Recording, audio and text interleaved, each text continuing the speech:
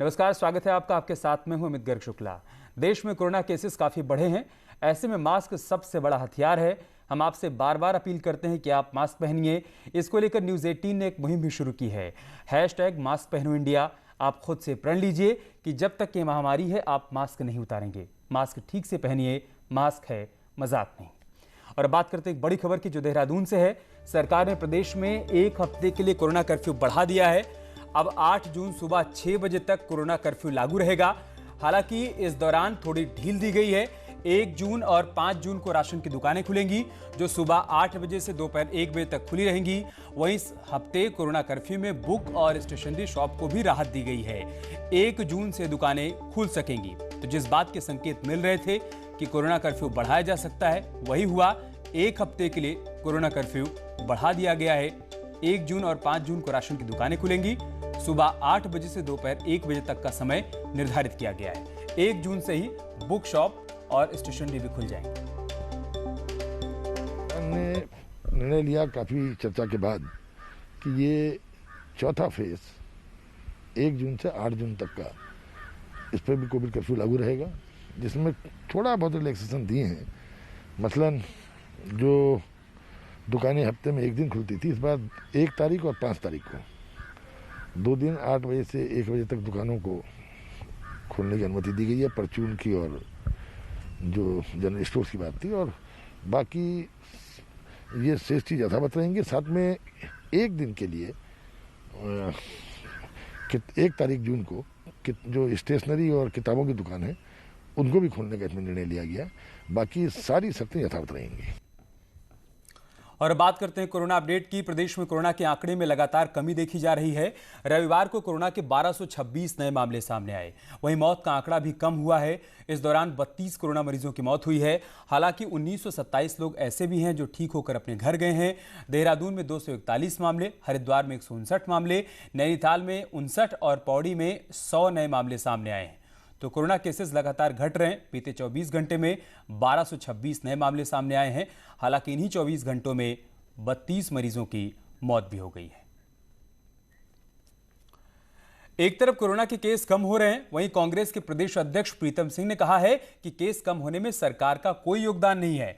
Natural तरीके से case कम हो रहे हैं। उन्होंने आरोप लगाया कि कोरोना की दूसरी लहर ने सरकार की पोल खोलकर रख दी। आयात करने का काम क्या, अब वैक्सीन को आयात करने का काम आप कर रहे हैं। अरे आपको पहले देश की चिंता होनी चाहिए थी। पहले देश के हर व्यक्ति का वैक्सीनेशन हो जाना चाहिए था, तब आप और बातें करते। और बुलेटिन में बात करते हैं सीएम तीरथ सिंह रावत की, जो आज टिहरी के दौरे पर हैं, जहां पर उन्होंने जिला अस्पताल बौराड़ी का निरीक्षण किया और स्वास्थ्य सुविधाओं को दुरुस्त करने के निर्देश भी दिए। सीएम ने करीब 95 करोड़ की विकास योजनाओं का शिलान्यास और लोकार्पण भी किया। इस मौके पर मंत्री सुबोध उनियाल और प्रभारी मंत्री भी मौजूद थे। सीएम ने पीपीई किट पहनकर कोविड केयर सेंटर का निरीक्षण किया और मरीजों से स्वास्थ्य सुविधाओं की जानकारी भी ली। तस्वीरें देखिए आप। मुख्यमंत्री पीपीई किट पहनकर मरीजों से बातचीत कर रहे हैं, उनसे पूछ रहे हैं कि आपको तमाम सुविधाएं यहां पर मिल पा रही हैं या नहीं, किसी प्रकार की कोई दिक्कत या परेशानी तो नहीं है।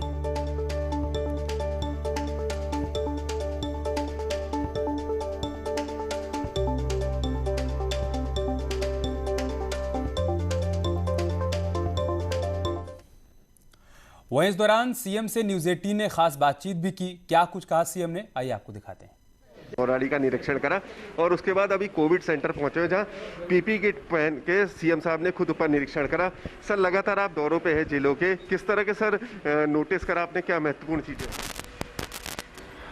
मैं लगातार हर जिले में मॉनिटरिंग कर रहे हैं और आज यहाँ भी मेरे साथ में माननीय मंत्री सुबोध उनियाल जी और विधायक धन सिंह जी भी और हमारा पूरा प्रशासनिक अधिकारी।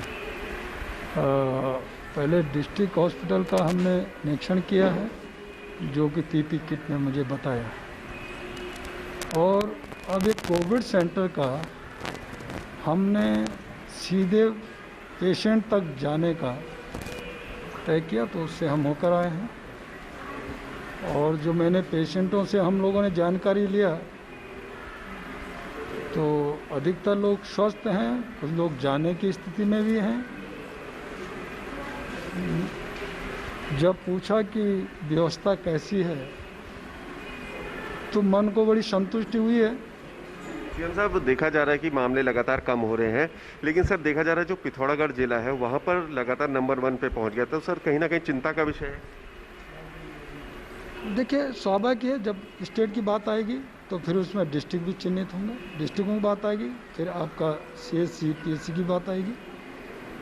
और पिथौरागढ़ के अंदर मेरा जाना हुआ, मैं वहाँ भी सीधे कोविड सेंटर में गया हूँ, हर पेशेंट के पास गया हूँ। वहाँ तो इतना था कि 20-25 पेशेंट एक रूम में, मैं उनके पास जाना हुआ, एक एक को मिल के आया।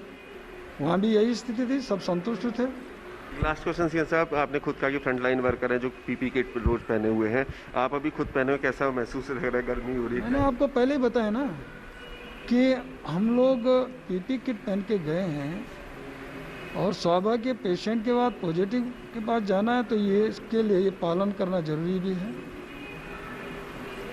तो जब हमको ही पसीना और ये सब महसूस अपने को होता है तो मैंने कहा कि वो जो ड्यूटी दे रहे हैं, जो सिस्टर, जो नर्स, जो वार्ड वार्ड लगे हुए हैं, जो डॉक्टर, वो 3-3 घंटा शिफ्टिंग वाइज PPE किट में रहना और सीधे सीधे पेशेंटों से टच होना, तो मैंने कहा ना कि बहुत मेहनत कर रहे हैं। हम लोग कहना बड़ा सरल होता है कि क्या हो रहा है क्या नहीं हो रहा है, लेकिन जब देखने से पता चलता, तब महसूस जब होता है तो तब ध्यान में आता है कितनी मेहनत ये लोग कर रहे हैं। इसलिए मैंने कहा कि इन सारे स्वास्थ्य कर्मचारियों में सलाम करता हूँ, सैल्यूट करता हूँ। भैया, सीएम तीरथ सिंह रावत का साफ तौर पे कहना है कि कोविड को लेकर जो व्यवस्था है वो दुरुस्त है और कहीं ना कहीं जो जिलों का दौरा किया जा रहा है उसमें इसी बात को लेकर किया जा रहा है कि किस तरह की व्यवस्थाएं हैं, किस तरह से कोविड को कंट्रोल किया जा रहा है। और साथ ही साथ जो मेडिकल वर्कर्स है, जो स्टाफ है, उनको भी उन्होंने सलाम किया है। सौरभ सिंह, न्यूज़ 18 टिहरी। और अब खबर उत्तरकाशी से है, जहां पर केदार घाट पर ऐसी तस्वीरें सामने आई हैं जो मानवता को शर्मसार कर रही हैं। केदार घाट पर अधजले शव को कुत्ते नोचते हुए नजर आए, जिसकी शिकायत स्थानीय लोगों ने नगर पालिका और जिला प्रशासन से की है, लेकिन इसे लेकर कोई कदम अभी तक नहीं उठाया गया है।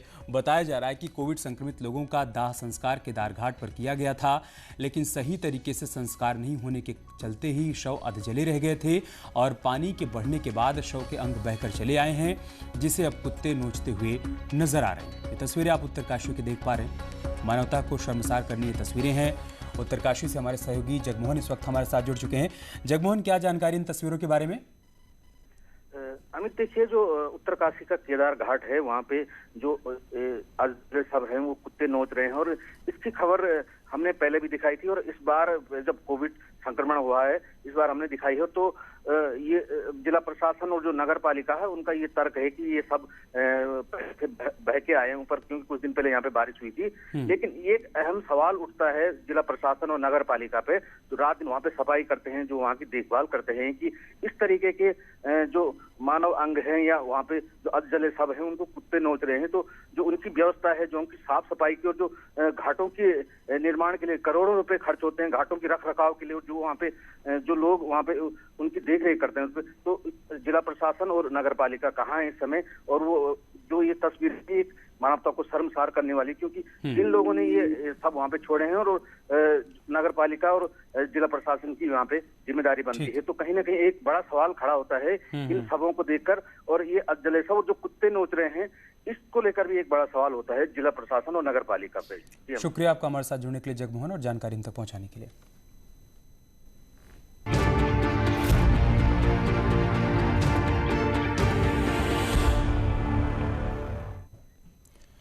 बाबा रामदेव ने न्यूज 18 को दिए अपने इंटरव्यू में IMA पर पलटवार किया। बाबा रामदेव ने एलोपैथ में गैर जरूरी दवाओं और ऑपरेशन के जरिए लूट मचाने का आरोप भी लगाया। योग गुरु बाबा रामदेव ने योग और आयुर्वेद से 98% बीमारियों के पुख्ता इलाज का दावा भी किया। महत्वपूर्ण सवाल यह है, इस समय देश की जनता यह जानना चाहती है आपसे, इस समय फार्मा कंपनियों के चक्रव्यूह में, इस समय डॉक्टर्स के चक्रव्यूह में बाबा रामदेव फंस गए हैं।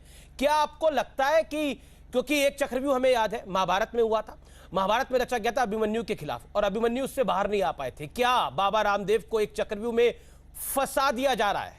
यह सवाल बहुत बड़ा है। बाबा रामदेव क्या फंस गए उस चक्रव्यूह में? देखो आविश भाई, देखो फार्मा इंडस्ट्री, मैं कई बार जब ये बहुत लूट मचाते हैं, इनको ड्रग माफिया या मेडिकल माफिया भी कह देता हूं, और हमारे डॉक्टर उनके कई बार अनजाने में शिकार हो जाते हैं। जो बात मैंने कही वो बात आमिर खान ने भी कही थी कि आप 15 रुपए की दवाई को 1500 रुपए में बेचते हो, जो जेनिक जो मेडिसिन है उसको ब्रांडिंग करके। और जब उन्होंने बात की थी कि बेसन टेस्ट की कि खोल लिया, और उसके बाद में और भी बहुत कुछ उन्होंने बातें कही थी कि अनावश्यक ऑपरेशन, गैर जरूरी दवा, गैर जरूरी ऑपरेशन, गैर जरूरी जो है टेस्ट, और ये करके 5 से 25 लाख रुपए का जो बिल बनाने का चक्रव्यूह है, मैंने एक व्यक्ति के साथ में कोई धोखा नहीं किया है। माना कि इस पूरी ड्रग इंडस्ट्री के पीछे लाखों करोड़ की दौलत है, लेकिन मेरे पीछे ताकत है। योग गुरु बाबा रामदेव के न्यूज 18 पर दिए गए इंटरव्यू को लेकर सियासी पार्टियों और आईएमए के रिएक्शन भी सामने आ रहे हैं। क्या प्रतिक्रियाएं आई हैं वो भी हम आपको बताते हैं। कांग्रेस के वरिष्ठ नेता आचार्य प्रमोद कृष्णम ने बाबा रामदेव पर निशाना साधा है। रामदेव के बयानों को सच्चाई से दूर बताया है। पूछा है कि रामदेव साधु कैसे हो सकते हैं। ये सवाल कांग्रेस नेता प्रमोद कृष्णम की तरफ से पूछे गए हैं। अपने ट्वीट में उन्होंने तमाम सवाल उठाए हैं और बाबा रामदेव से उन्होंने ये सवाल पूछे हैं। अपने ट्वीट में उन्होंने लिखा है, दूसरों को काले बाल करने का नुस्खा देते हैं और अपनी दाढ़ी दूसरी कंपनी की कलर डाई से रंगते हैं। अमीश जी, जरा सोच के देखो, जो आदमी सिर से पांव तक इतना नकली और सत्य से इतना दूर हो, वो साधु कैसे हो सकता है।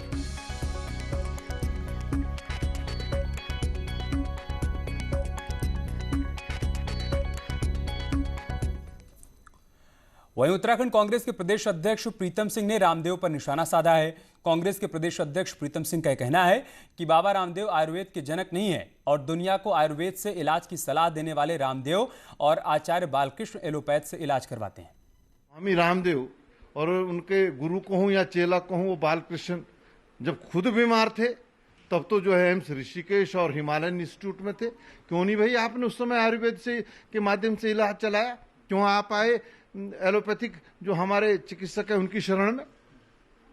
हमको तो कह रहे हैं ये कि आयुर्वेद अपने आप जो है, अगर अपने ऊपर सर पर मौत मंडराए तो फिर एलोपैथी।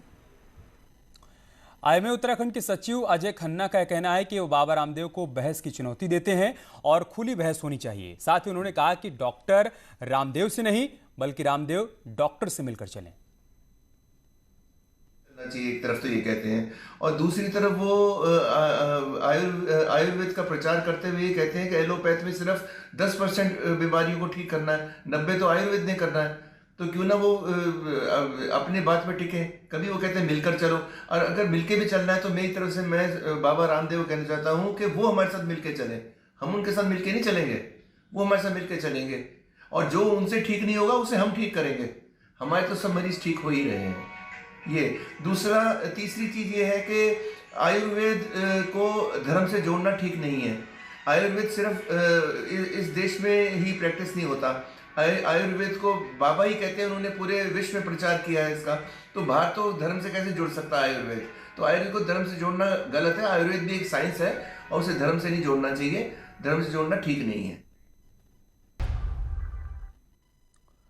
पहाड़ की बड़ी समस्या पलायन रही है, तो बेहतरी के लिए लोगों ने अपना गांव घर बार छोड़ दिया। लेकिन नैनीताल के दंपत्ति ने महानगर को छोड़ अपने गांव को अपनी कर्मभूमि बनाया है और लोगों की सेवा भी कर रहे हैं।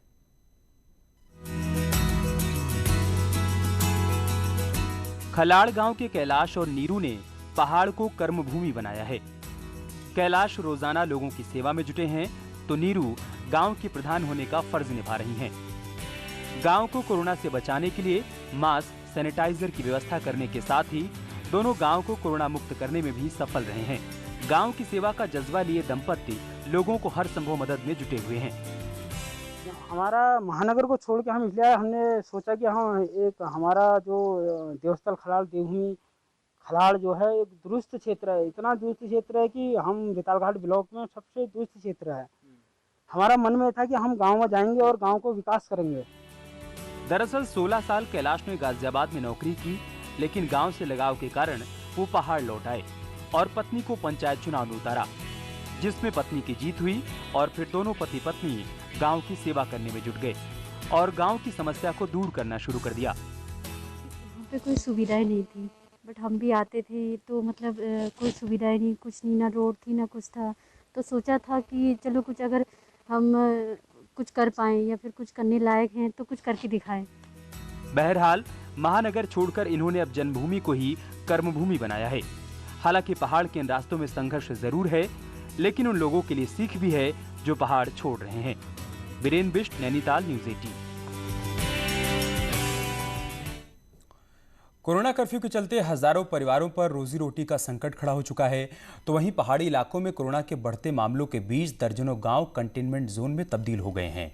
ऐसे में गांव के ग्रामीणों को राहत पहुंचाने के लिए चौबट्टा खाल के विधायक और कैबिनेट मंत्री सतपाल महाराज ने मदद का हाथ आगे बढ़ाया है। महाराज की ओर से जरूरतमंद परिवारों तक महीने भर की राशन किट पहुँचाई जा रही है।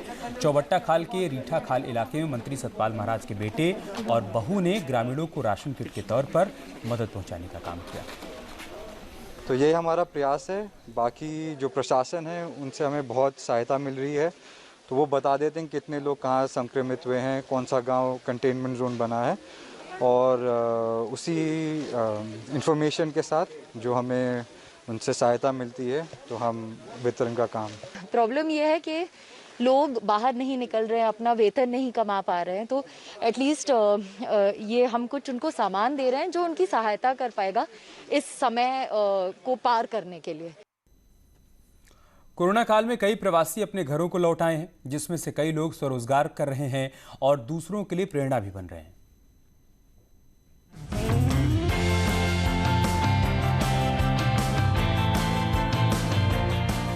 कहते हैं अगर हौसले बुलंद हो तो कोई भी राह मुश्किल नहीं होती। ऐसा ही कुछ कर दिखाया बड़कोट तहसील के हीरालाल ने। पिछले साल कोरोना काल में हीरालाल दिल्ली से घर लौटे तो उनका रोजगार छूट गया। इसके बाद हीरा ने उद्यान विभाग से संपर्क किया और मशरूम का उत्पादन शुरू किया और इससे अच्छी आमदनी कर रहे हैं। साथ ही युवाओं को इसके लिए प्रेरित भी कर रहे हैं। सहयोग से आज काफी मतलब अच्छी खासी आमदनी यहाँ हो जाती है मेरी। मतलब उन्होंने मेरे को एक बारीक से बारीक चीज़ें बताई और मतलब पर डे अगर इनकम की अगर मैं बात करूँ तो यहाँ पे 1500-2000 के समथिंग इनकम हो जाती है। वहीं उद्यान विभाग के अधिकारी ने बताया कि कोरोना काल में कई प्रवासी अपने घर लौटे, जिनकी मदद विभाग कर रहा है और अब तक 120 युवाओं को मशरूम की खेती के लिए प्रोत्साहित किया गया है। देखिए, अगर हम मशरूम लगा रहे हैं तो हमें ज़्यादा वेट नहीं करना पड़ रहा और ये एक प्रकार से स्मार्ट वर्किंग है। इसमें क्या चीज़ है, अगर हम देखते हैं कि हम मौसम पे आधारित ज़्यादा नहीं है, ये हम देखते हैं कि बारिश ज़्यादा हो जाती है तो फसल को नुकसान हो जाता है या कम बारिश सूखा, पर ये पूरा ही कमरे में है। वहीं स्थानीय लोग भी मानते हैं कि मशरूम का उत्पादन उनके लिए आर्थिकी सुधारने का अच्छा जरिया है। हमारी अपनी वही जो मिट्टी बजरी वगैरह जो बनाते हैं उसका तो प्रोसेसिंग के लिए वो डाला हमने, और ज़्यादा मेहनत का काम नहीं है, थोड़ा देख रेख करनी पड़ती है और इसमें आय का ये भी अच्छा है। मशरूम की खेती करने वालों का कहना है कि बदलते मौसम में मशरूम की खेती को नुकसान की आशंका कम रहती है और जंगली जानवरों से भी नुकसान कम होता है, जो खेती करने वालों के लिए फायदे का सौदा है। जगमोहन सिंह चौहान, न्यूज़ 18, उत्तरकाशी।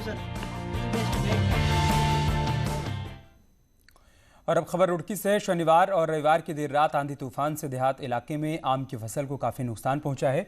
आपको बता दें कि देहात क्षेत्रों में लीची और आम की फसल लगभग तैयार हो चुकी है, लेकिन कुदरत के कहर ने किसानों की मेहनत पर पानी फेर दिया है, जिससे किसानों को भारी नुकसान झेलना पड़ रहा है।